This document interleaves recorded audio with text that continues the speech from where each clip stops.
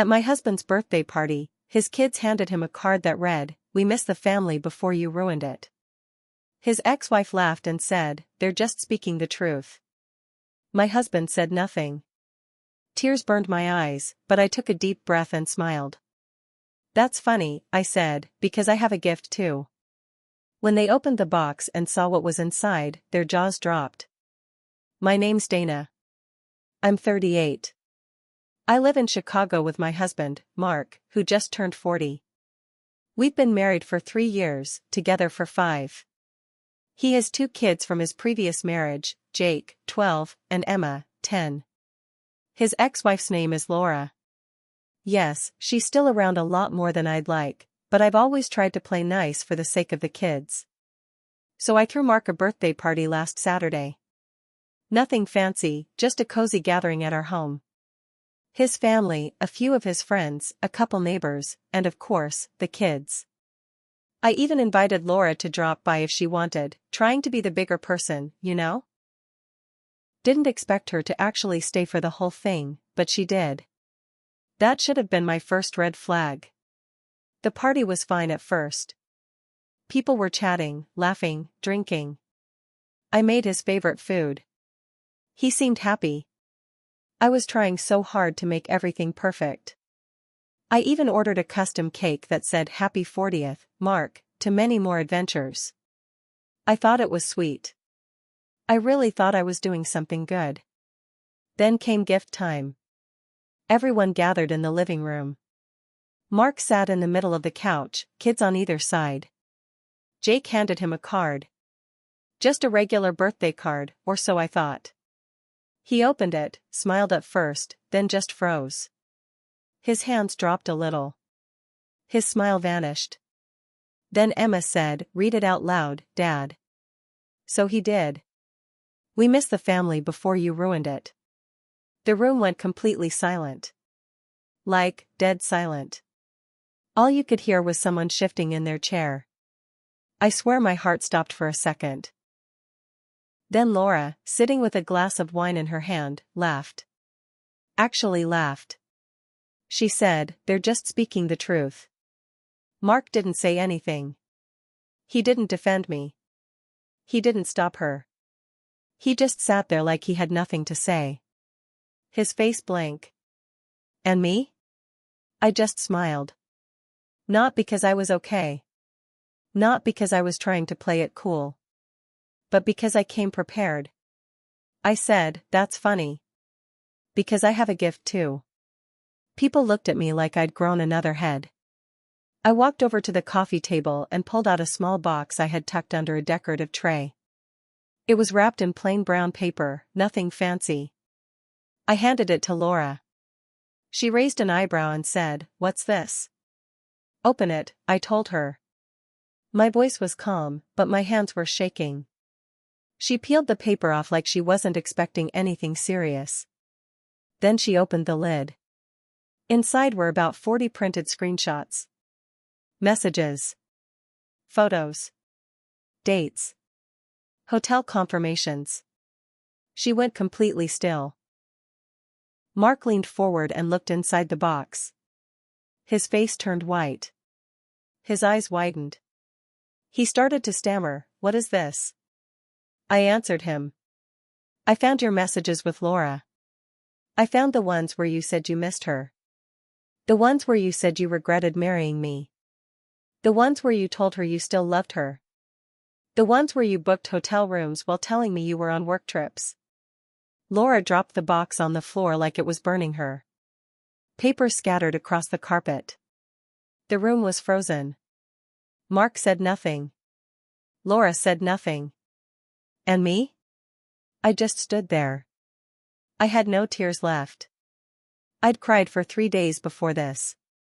But in that moment, I was empty. Someone whispered, "Oh my God." His sister got up and started picking up the papers, reading them with wide eyes. "Is this real?" she asked me. I nodded. I looked at the kids. Jake was frowning. Emma looked confused. I felt terrible for them, but they needed to know. They needed to understand that this wasn't my fault. Laura finally broke the silence. This is private.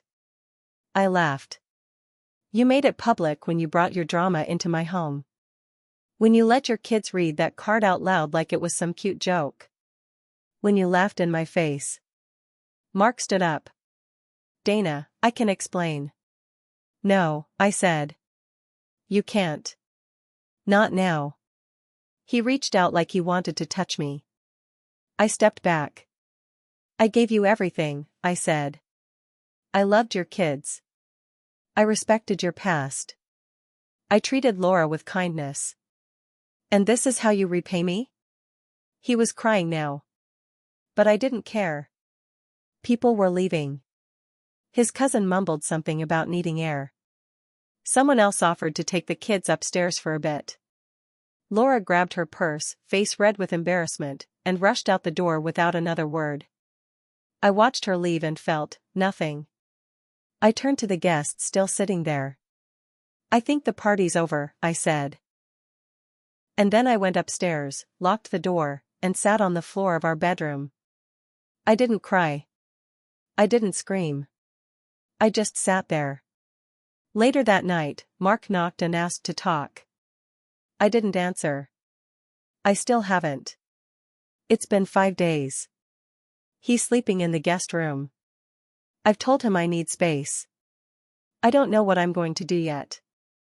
My whole world just flipped upside down. But I know this, I deserved better. And now, everyone knows the truth. It's Dana again. First of all, thank you for the support. I didn't expect this to blow up. I've read every single message, every DM, every story you all shared. You made me feel seen. I wish I was back here with good news. I wish I could tell you I've moved on, or at least made peace with what happened. But I can't. Because it turns out, that night? That box? That was only the beginning. The morning after the birthday party, I woke up to silence. I came downstairs and found Mark sitting in the kitchen, staring at his coffee like it held all the answers. He looked like hell. I didn't care. He tried to talk again. Said we needed to communicate. That he wanted to take accountability. I told him to stop using therapy words he didn't believe in. He kept pushing. Said it was only emotional at first. That it only turned physical once when he got drunk after a fight with me. That he was confused because Laura was his past and I was his safe place. I laughed. Safe? You brought a storm into this house. He got quiet after that. For the next few days, we barely spoke. I didn't go back to work. I stayed in the guest room. I couldn't eat. I couldn't think straight. I just kept going through those screenshots over and over, like I needed the pain to feel real again. Like I needed to stay angry.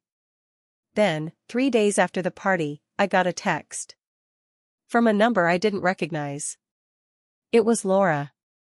You got what you wanted. You embarrassed me. But let's be honest. You knew what he was when you married him. I stared at the message for a long time. Then I blocked her. But it didn't end there. Later that night, Mark's phone buzzed on the counter while he was in the shower. And I swear, I wasn't even trying to snoop. I glanced at it because it lit up. The preview said, "She knows.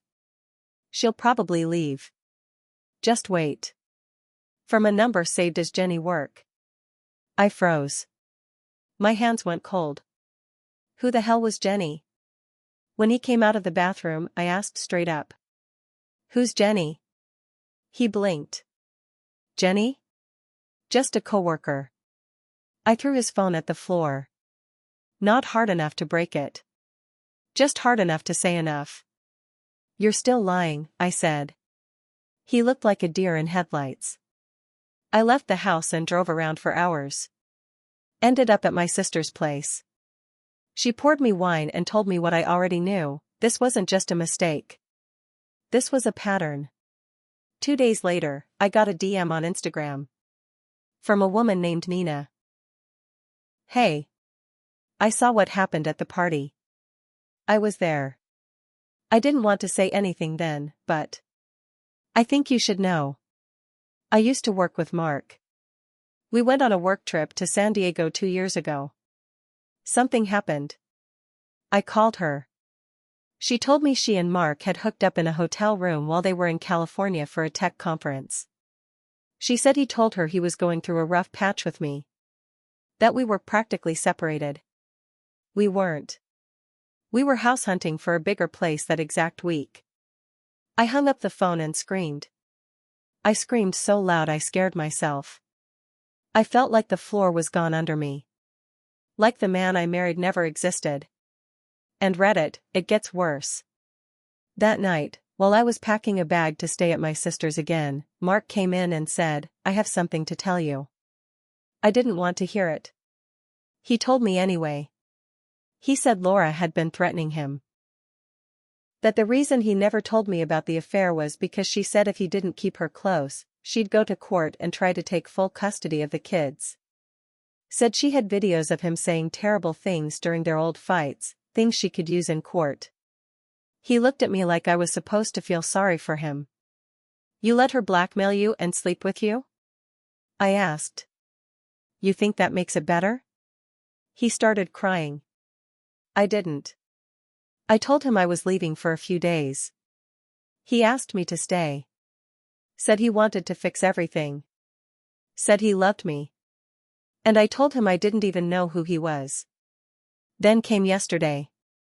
I was at my sister's place, trying to eat something, when she came into the kitchen holding my phone. "You need to see this," she said. It was a post. From Laura. She made a private Facebook post, but someone screenshot it and sent it to me. It read, "Some women try to steal your family and act surprised when they get burned. My kids will always come first. I'm done playing nice." The comments were full of her friends saying things like "you're so strong" and "she was always fake anyway." I didn't comment. I didn't respond. But inside, something flipped. This isn't just about cheating anymore. This is about character. This is about respect. And every single person involved in this story has shown me exactly who they are. Mark's sister texted me later that night, "I just want you to know, we all love you. We had no idea.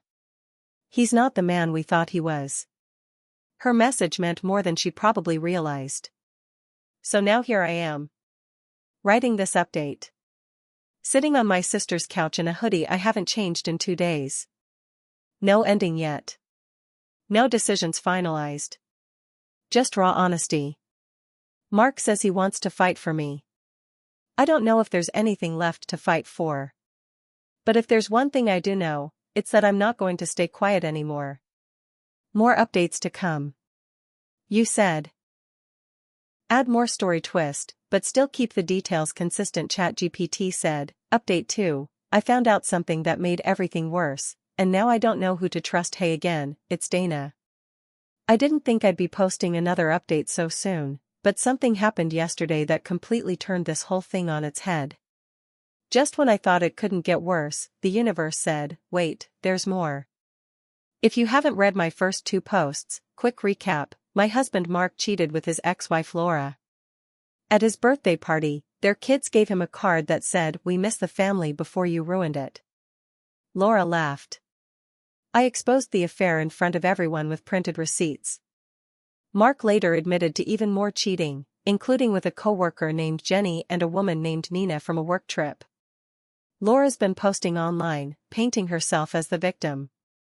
I've been staying at my sister's place, trying to hold it together. So here's where it gets insane. Yesterday afternoon, I got a call from a number I didn't recognize.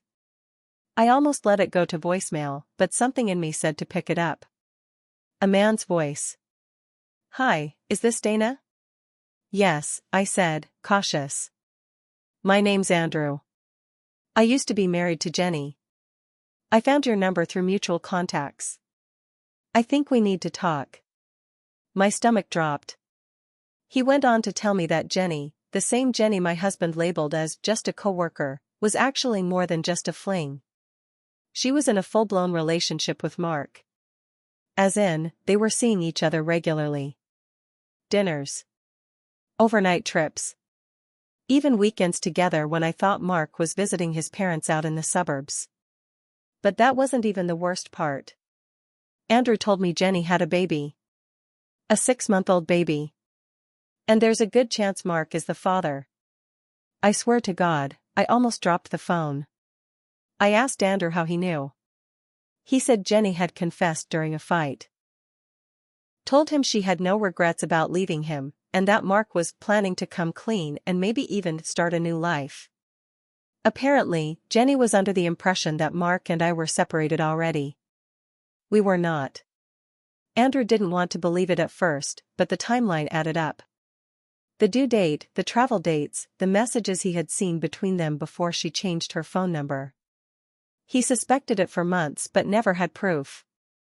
Until he heard what happened at the birthday party and saw the Facebook drama through a mutual friend. That's when he put 2 and 2 together and decided to reach out to me. After we hung up, I sat on my sister's bathroom floor with the water running and just sobbed. Not cried. Screamed. I felt like I was going to throw up. Like I was slipping into a nightmare I couldn't wake up from. I called Mark. He didn't answer. I texted him, "Do you have a child with Jenny?" 3 dots. Then nothing. Then, 5 minutes later, he finally replied. "We need to talk." When I got back to the house that night, Mark was already sitting in the living room. I didn't even sit down. "I want the truth," I said. "No stories. No half-truths. No gaslighting. Just say it." He looked at me, then nodded. "I think I'm the father." I actually laughed. "You think?" "She told me she wasn't sure," he said. "But yeah, it lines up. I've been sending her money every month, just in case." He's been sending her money. From our joint account. My hand started shaking. So let me get this straight. While I was paying bills, grocery shopping, planning your birthday party, you were secretly funding your side chick and her baby? She needed help, I need help, I snapped. And not the kind you can give. I walked out again. This time, I didn't go to my sister's. I booked a hotel. I needed distance from every single person in this mess. Today, I checked our bank records. And yeah. The payments had been going on for 7 months. Mark labeled them consulting expenses. Consulting expenses. He was buying diapers in silence. I haven't told Laura about this. Not because I care about her feelings, but because I'm still not sure what her angle is. I don't trust her. I don't trust anyone in this story anymore. Except the kids. Jake and Emma. They don't deserve any of this. I found a drawing Emma left in the guest room. It was a stick figure family, me, her, Jake, and their dad. No Laura. Just me. It broke me in a way I wasn't ready for. So here's where I am now. My husband cheated with at least 3 women. One of them might have his baby. His ex-wife is waging a public pity campaign. I've drained half our joint account for legal consultations. And I still haven't made a final decision, because the kids keep texting me, asking when I'm coming home. And I don't know what to say. There's no clear road out of this. But I know one thing, I'm done being lied to. More soon. Dana here one last time. I've told you about the card. The birthday party. The cheating. The ex-wife. The coworker. The baby. Now I need to tell you about what happened next, because it all came to a head in the most explosive way possible. This story doesn't have a happy ending. But it has an ending. And maybe that's enough for now. Last Saturday, 1 week after the birthday party, Mark's mom invited us all over for dinner. She said she wanted to talk as a family. She's always been the peacemaker, even when there's nothing left to glue together. I didn't want to go. But I went. I think part of me needed to see it through. Not for Mark. Not for Laura. but for myself. I wanted to stop wondering what if I had said this or what if I had walked away sooner. So I went. Mark was already there. His mom. His sister. The kids. And, of course, Laura. As soon as I walked in, I felt the air shift. Like everyone had been holding their breath until I showed up. We sat around the table. No one touched their food. Mark's mom started with, "I think we all need to be honest tonight. No more secrets." I nodded. Great. Let's start with the baby. Laura blinked. What baby? Mark looked like he was going to throw up. I turned to her. Ask your ex-husband. Or Jenny. Or better yet, Andrew. Her ex-husband. He knows all about it. Mark's mom gasped. Laura stared at Mark. You had a baby with that girl from your office? She hissed. She's not from my office, he said quietly. And it's not confirmed. Oh, give it up, I said. You're sending her money. You're hiding payments. What kind of idiot do you take me for? Mark stood up. I didn't plan any of this, Dana. That was it. I stood up too. No, you just let it happen. Over and over. You let Laura hang around like a ghost in our marriage, you let your kids treat me like I stole their dad, and you let Jenny think you were building a future while I was folding your laundry. The room was silent except for Emma's quiet sniffle. She said, Please stop yelling. I turned to her, and my heart shattered. She looked so small. So hurt. I wanted to hug her, but I couldn't move. Mark's sister jumped in. This isn't helping. Can we all just, no, I said. This needs to happen. All of it. Laura folded her arms. I knew you were always wrong for him. You act like a victim, but you were never really part of this family. I walked over to the couch and pulled something from my bag. A printed photo. It was from a dinner 2 years ago. Me, Jake, and Emma. We were making homemade pizzas. Their faces were covered in flour. They were laughing. I kept that photo on the fridge until the day everything cracked. I put it on the table. I was part of this family, I said. Until your lies pulled it apart. Mark was crying. He didn't try to defend himself this time. He just sank into the chair, shoulders shaking. Laura said nothing. His mom, quietly, said, You've broken something, Mark. And I don't know if you can ever fix it. I left before dessert. Jake ran after me and asked if I'd still come to his basketball game next weekend. I knelt down and said, I want to. But I don't know yet. Grown-up things are really messy sometimes. He nodded, too grown for his age, and whispered, I'm sorry. I hugged him. I couldn't stop crying all the way home. The next morning, Mark texted me, I'm sorry. I'll sign whatever you need me to sign. I didn't respond. I sent him the number of a lawyer. Laura hasn't posted anything since. Maybe she's embarrassed. Maybe she's just regrouping. Doesn't matter to me anymore. Jenny hasn't reached out either. But I've started therapy. So if she ever does, I'll know how to handle it. So here it is, I'm divorcing Mark. I've moved into a small apartment across town. It's quiet. Peaceful. No kids running down the hall. No birthday party planning. No fake smiles. But it's honest. It's mine. I still see the kids sometimes. Jake texts me pictures of his basketball scores. Emma sent me a video of her piano recital. I send back heart emojis and little notes. I don't know what the future looks like with them. But I know I'll never lie to them. And Mark? He lost the version of me that trusted him. The version that fought for him. That planned a party and called it love. What did I learn? That love doesn't excuse betrayal. That forgiveness isn't the same as forgetting. And that sometimes, walking away isn't weakness, it's strength. I don't hate him. Not anymore. I just feel nothing. And maybe that's the real ending.